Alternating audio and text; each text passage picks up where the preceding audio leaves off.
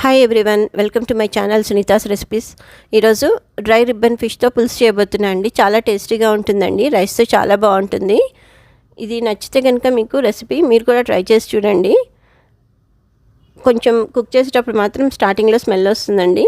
ఇక్కడ నేను చేతి నిండా ఒక పిడికెడంత చింతపండు తీసుకుంటున్నానండి. ఇది ఒకసారి వాష్ చేసేసి వాటర్ పోసేసి నానబెట్టుకోవాలండి. కొంచెం తొందరగా నానాలని వేడి నీళ్ళు పోసానండి చింతపండులో. ఇప్పుడు ఒక ప్యాన్ పెట్టేసేసుకొని అందులో 2 నుంచి 3 టేబుల్ స్పూన్ల ఆయిల్ యాడ్ చేసుకొని ఈ డ్రై రిబ్బన్ ఫిష్ ముక్కలు ఇలా వేసుకోవాలండి. ఇవి ఆన్లైన్లో ఆర్డర్ పెట్టినవండి, ఇలానే వస్తాయి. కాకపోతే ముక్కలుగా కట్ చేసుకోవచ్చు. నేను డైరెక్ట్ అలానే వేసేసానండి, ఎట్లాగో పులుసు కర్రీనే కాబట్టి. ఇలా వేసేసి ఒక 2 to 3 మినిట్స్ వరకు ఫ్రై చేసుకోవాలండి. మీకు ఇలా ఇష్టం లేకపోతే కనుక మీరు డైరెక్ట్ హాట్ వాటర్ పెట్టేసి అందులో వేసేసి ఒక 20 మినిట్స్ అలా ఉంచేసేసి తీసి కుక్ చేసుకోవచ్చు, కర్రీ చేసుకోవచ్చు అండి. నేనైతే ఇలా ఆయిల్లోనే ఫ్రై చేస్తాను. కొంచెంసేపు ఆ స్మెల్ అదంతా పోతుంది కాబట్టని. తర్వాత స్టవ్ ఆఫ్ చేసేసి ఇందులోనే నీళ్లు పోసేసుకోవాలండి. ఎండు రొయ్యలకి వాటికి అన్నిటికీ ఇలానే చేస్తానండి, సేమ్ ప్రాసెస్.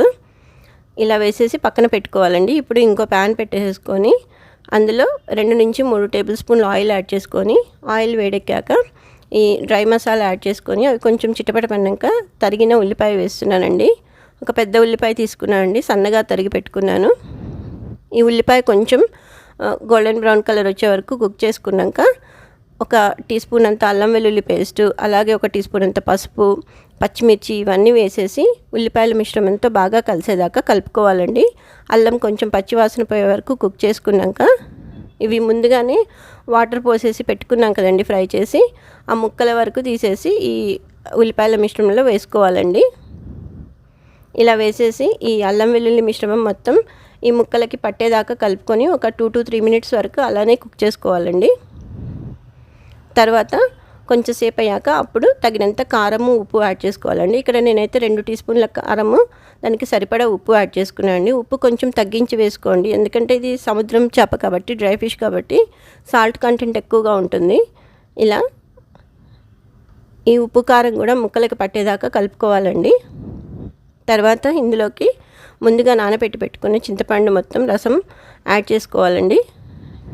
ఇలా మరీ ఎక్కువగా వేసుకోవద్దండి, పులుపు కూడా కొంచెం వాటర్ యాడ్ చేసుకోవాలండి. ఇది పులుసు కర్రీ అని చెప్పాను కదండి.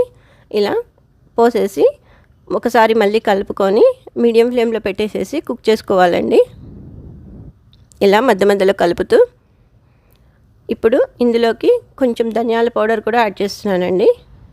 కొంచెం సేపు అయ్యాక ఒక 1 మినిట్ అట్లా అయ్యాక 1.5 టీ స్పూన్ ధనియాల పౌడర్ యాడ్ చేస్తున్నాను. అలాగే కొంచెం సేపు అయ్యాక కొంచెం జీలకర్ర మెంతి పౌడర్ కూడా యాడ్ చేస్తానండి. ముక్కలు బాగా పెద్దగా ఉన్నాయి కదండి, ఇలా కలుపుతుంటే ఇలా వచ్చేసాయి. చూస్తున్నారు కదా, ఇది మరీ కొంచెం నీళ్ళగా ఉందండి, కొంచెం చిక్కబడేదాకా కుక్ చేసుకోవాలి.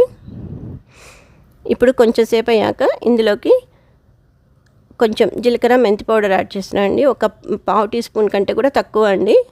ఇది వేసేసి బాగా కలుపుకోవాలి. అలానే మీడియం ఫ్లేమ్లో పెట్టేసేసి కుక్ చేసుకోవాలండి. మీకు ఇష్టం ఉంటే కొబ్బరి పొడి యాడ్ చేసుకోండి, అవసరం లేదనుకుంటే కనుక అలానే కుక్ చేసేసుకుంటే మధ్య మధ్యలో కలుపుతూ. చూస్తున్నారు కదా, ముక్క కూడా మంచిగా మెత్తగా అయిందండి, పులుసు కూడా చిక్కబడుతుందండి. ఇప్పుడు కొత్తిమీర వేసేసుకొని ఒకసారి మళ్ళీ కలుపుకొని స్టవ్ ఆఫ్ చేసేసుకోవాలండి. కొంచెం వేడి చల్లారాక రైస్తో సర్వ్ చేస్తే చాలా బాగుంటుందండి. ఈ వీడియో నచ్చితే లైక్ చేయండి, షేర్ చేయండి, సబ్స్క్రైబ్ చేయండి. మరిన్ని వీడియోస్ కోసం నా ఛానల్ తప్పకుండా చూడండి. Thank you for watching.